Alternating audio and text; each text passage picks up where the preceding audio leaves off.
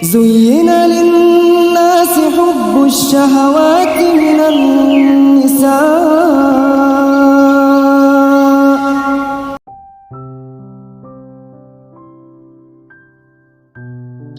Jadi ada revolusi besar yang dibawa oleh para sufi Persia.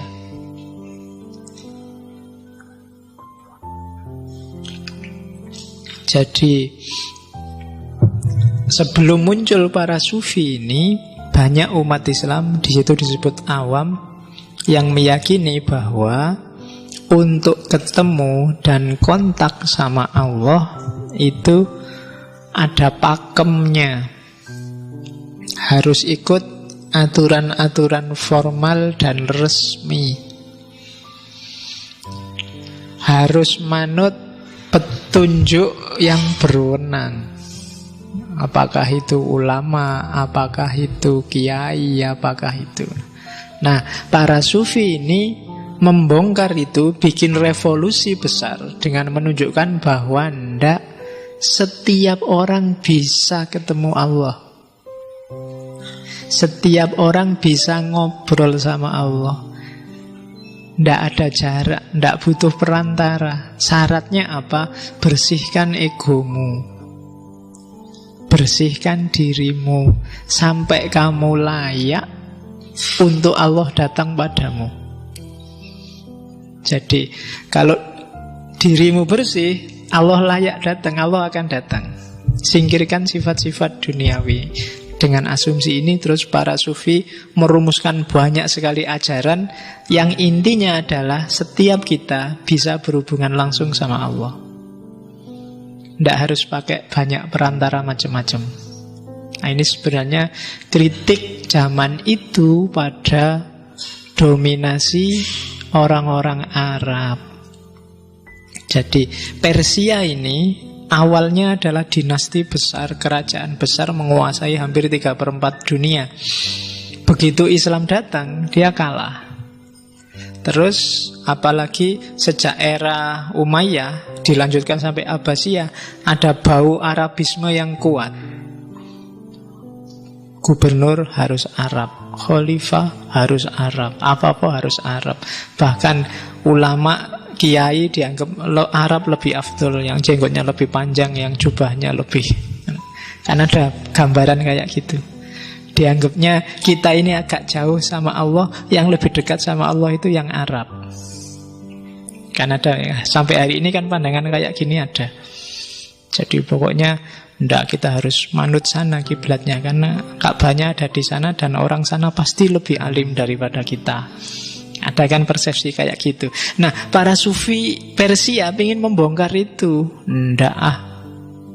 Setiap orang punya hak atas Allah. Dia bukan hak eksklusif para ulama tertentu, orang-orang tertentu.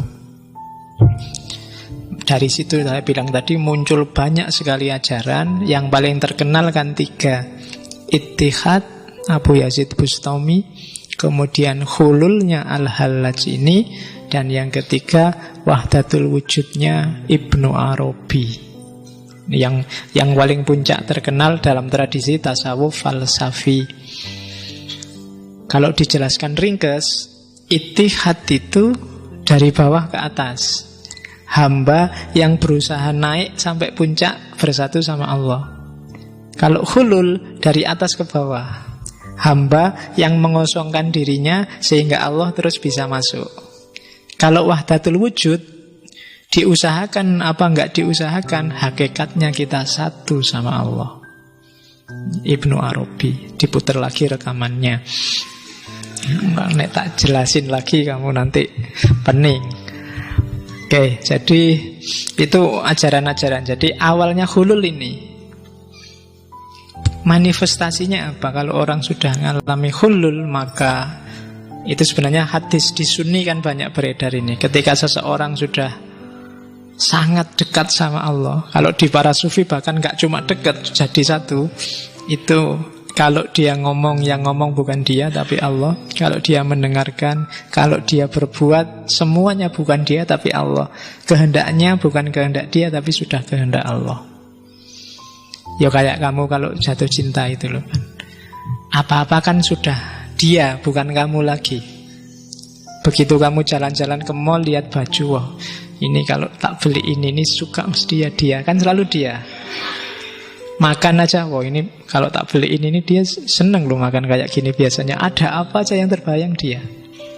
Nah, itu ketika orang sudah sangat dekat jatuh cinta, maka jatuh cintalah sama Allah, maka pikiranmu, ucapanmu, perbuatanmu ya selalu isinya Allah. Nah, itu gambarannya. Kalau ketika orang jatuh cinta itu kan egonya nyisih, dimasuki oleh ego yang dia cintai. Dirinya sudah nggak berarti apa-apa. Dan itu kan para sufi mati-matian menjelaskan ini. Beberapa malah bikin cerita-cerita alegoris. Misalnya bikin Laila Majnun lah, bikin Shirin Farhat lah. Itu sebenarnya sindiran untuk jatuh cintalah sama Allah kayak kamu kalau jatuh cinta sama lawan jenismu itu loh. Harusnya lebih dalam dari itu. Kayak Laila Majnun itu kan gimana orang sampai segila itu. Bukan gila, tapi sampai segila itu ketika jatuh cinta. Nah, teori ini nggak laku bagi yang jomblo. Oke, nah, ya yang belum merasakan diinget-inget aja jadi teori. Yes, sopo ngerti besok kepake. Jadi, buktikan sendirilah besok. Tapi yang sudah punya bisa sekarang. Oke, jadi ketika kamu sudah dekat dengan sesuatu, cinta dengan sesuatu, biasanya dirimu lenyap. Yang ada hanya dia. Dan itu yang dialami oleh para sufi termasuk Al-Hallaj.